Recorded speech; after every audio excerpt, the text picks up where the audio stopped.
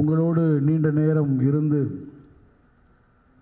உங்களுடைய கோரிக்கைகளை, உங்களுடைய உரைவீச்சுக்களை, வாழ்த்துரைகளை கேட்டு மகிழ்ந்து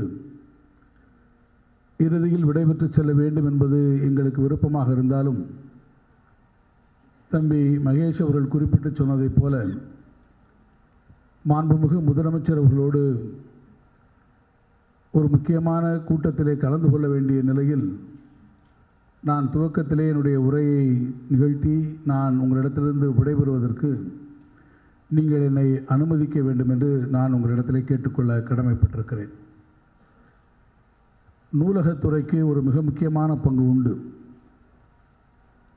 அரசினுடைய துறைகள் பல்வேறு துறைகள் இருந்தாலும் நூலகத்துறை என்பதுதான் ஒரு துறை என்ற அளவில் இல்லாமல் அது ஒரு இயக்கம் என்கின்ற வகையிலே இருக்கக்கூடிய ஒரு துறை நூலகத்துறை.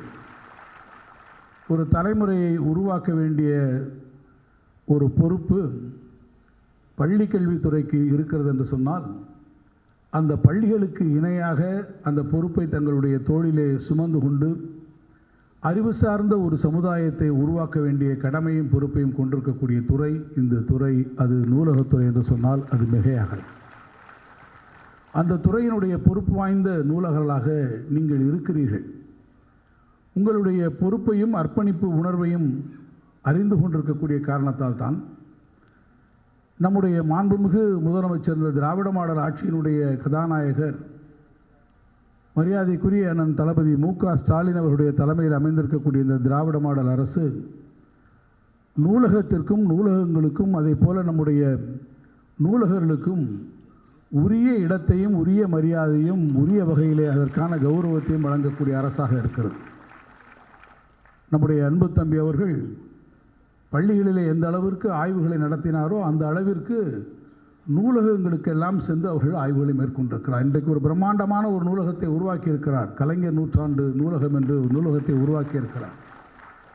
நேற்று நான் மதுரையில் இருந்து விமானத்தில் கிளம்புகிற போது, மதுரை மாநகரத்திற்கு மேலே இந்த விமானம் போகிற போது ஒரே ஒரு கட்டடம் மட்டும் அவ்வளவு பிரம்மாண்டமாக, அவ்வளவு உயரத்திலும் இருந்தும் அது தனியாக தெரியக்கூடிய ஒரு கட்டடமாக இருந்தது. நான் கண்களை குறுக்கி கொண்டு நத்தம் சாலையிலே என்ன கட்டடம் அப்படி தெரிகிறது என்று பார்த்தால், அது தீபாவளி கொண்டாட்டத்திற்கும் இல்லை, நிரந்தரமான கொண்டாட்டத்திற்காக இருக்கக்கூடிய அலங்காரங்களோடு தம்பி அவர்கள் அற்புதமாக எழுதிக்கக்கூடிய கலைஞர் நூற்றாண்டு நினைவு நூலகம்.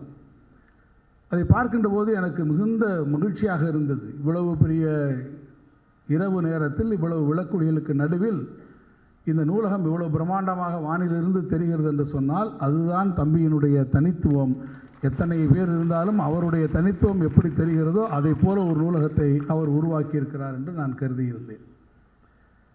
அந்த ஒரு நூலகம் மாத்திரமல்ல, அவரே குறிப்பிட்டு சொன்னார்கள், ஆழ்துறை வழங்குகிற போது கூட வரவேற்புரையில் கூட குறிப்பிட்டு சொன்னார்கள், பல இடங்களுக்கு இன்றைக்கு இருக்கக்கூடிய நூலகங்களுக்கு அவரே நேரில் சென்றிருக்கிறார். நான் ஒரு முறை சென்னையில் இருக்கிற போது எனக்கு தொலைபேசி அழைக்கிறது. தம்பி அவர்கள் பேசினார்கள், அண்ணே எங்கே இருக்கிறீங்கன்னு கேட்டேன். சென்னையில் இருக்கிறேன் தம்பின்னு. இல்லைண்ணே, நான் இப்போது தூத்துக்குடிக்கு சென்று கொண்டிருக்கிறேன், போகிற வழியிலே காரியாபட்டியிலே உங்கள் ஊரில் இருக்கக்கூடிய நூலகத்தையும் நான் ஆய்வு செய்து விட்டு செல்கிறேன் என்று, ஒரு ஊருக்கு போகிற வழியிலேயே அந்த இடத்துல நூலகம் இருக்கிறதா என்று தேடி பார்த்து ஒரு அமைச்சர் அந்த நூலகத்திற்கு சென்று அந்த நூலகத்தினுடைய பணிகளை பார்க்கிறார் என்று சொன்னால், பிரம்மாண்டங்களை உருவாக்கி மக்களுக்கான அந்த அறிவு புரட்சியை தேடலை ஏற்படுத்தக்கூடிய அதே வேளையில் சாதாரணமான கிராமங்களிலே இருக்கக்கூடிய அந்த நூலகமும் பள்ளிக்கல்வித்துறை அமைச்சருடைய கண்களுக்கு தப்பாது என்று நாட்டு மக்களுக்கு உணர்த்திய நிகழ்வு அந்த நிகழ்வு. நான் மெய்சிலிர்த்து போனேன். அவர் பாட்டு நேராக பைபாஸில் போகலாம், ரிங் ரோடில் போகலாம். ஆனால் அமைச்சர் அவர்கள் என்ன நினைத்தால் என்று கேட்டால், அந்த வழியாக செல்கிறோம், அங்கே இருக்கக்கூடிய ஒரு நூலகத்தை நாம் சென்று பார்ப்பதன் மூலமாக அது ஒரு செய்தியை நமக்கு சொல்லும். இந்த நூலகங்கள் என்னுடைய பார்வையில் இருக்கிறது, இந்த நூலகர்கள் என்னுடைய பார்வையில் இருக்கிறார்கள் என்று அவள் குறிப்பார் உணர்த்தினார். அவருடைய குறிப்பால் உணர்த்தியதன் காரணமாகத்தான் இன்றைக்கு 446 பேர் இன்றைக்கு நீங்கள் காலமுறை ஊதியத்தில் வந்திருக்கு என்று சொன்னால், அதற்கு முழு பொறுப்பும் முழு முதற் காரணமும் யாரை சாரும் என்று சொன்னால், பள்ளி கல்வித்துறை அமைச்சர் என்னுடைய ஆறுயிர் தம்பி மகேஷ் பொய்யாமொழி அவர்களை சார்.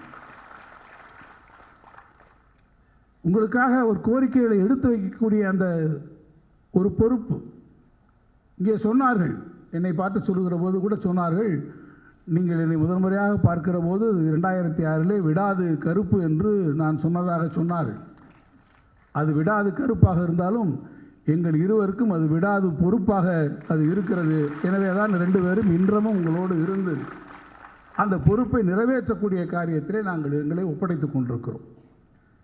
ஏறத்தாழ 2162 பேர் 2006 ஆண்டிலிருந்து 2024 ஆண்டு வரை காலமுறை ஊதியத்திற்கு பதவி உயர்வுகளாக நீங்கள் பெற்று வந்திருக்கிறீர்கள்.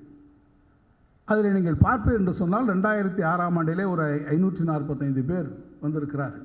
வரிசையாக ஒவ்வொரு காலகட்டத்திலும் வந்து கொண்டிருந்திருக்கிறார்கள். தம்பியினுடைய காலகட்டம்தான்.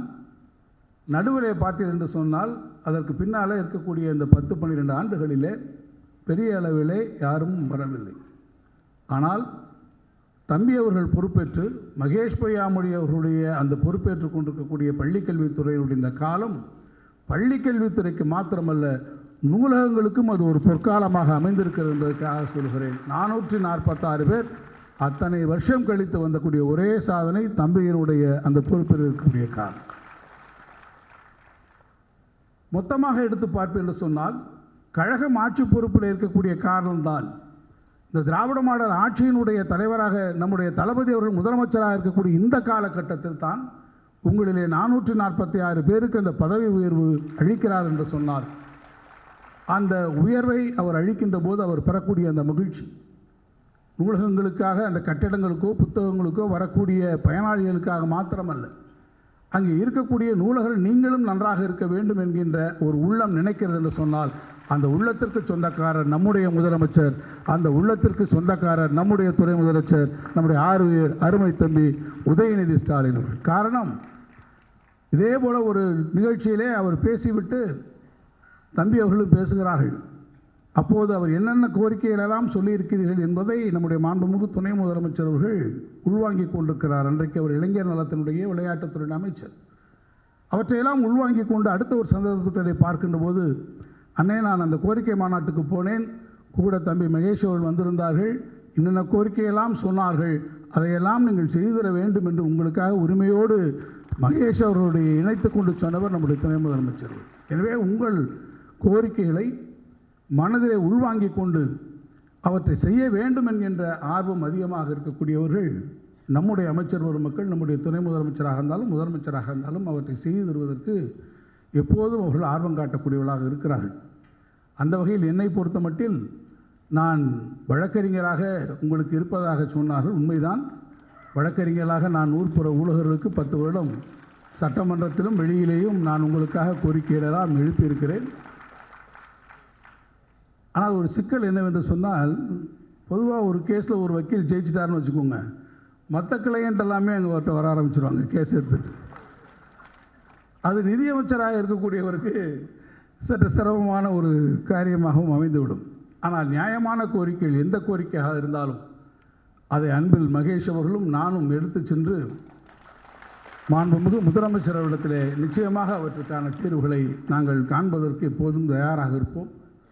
உங்களில் ஒருவராக நான் எப்போதும் இருந்து அந்த கோரிக்கை நேற்றைய தினம் என்னுடைய இல்லத்திலே நான் வந்து பார்க்கிற போது என்னிடத்தில் இந்த அழைப்புதல் இருந்தது. அண்ணே உங்கள் இடத்துல அழைப்புதல் கொடுக்க சொன்னார்கள் என்று நான் இரவு வந்தவுடன் பார்த்தேன்.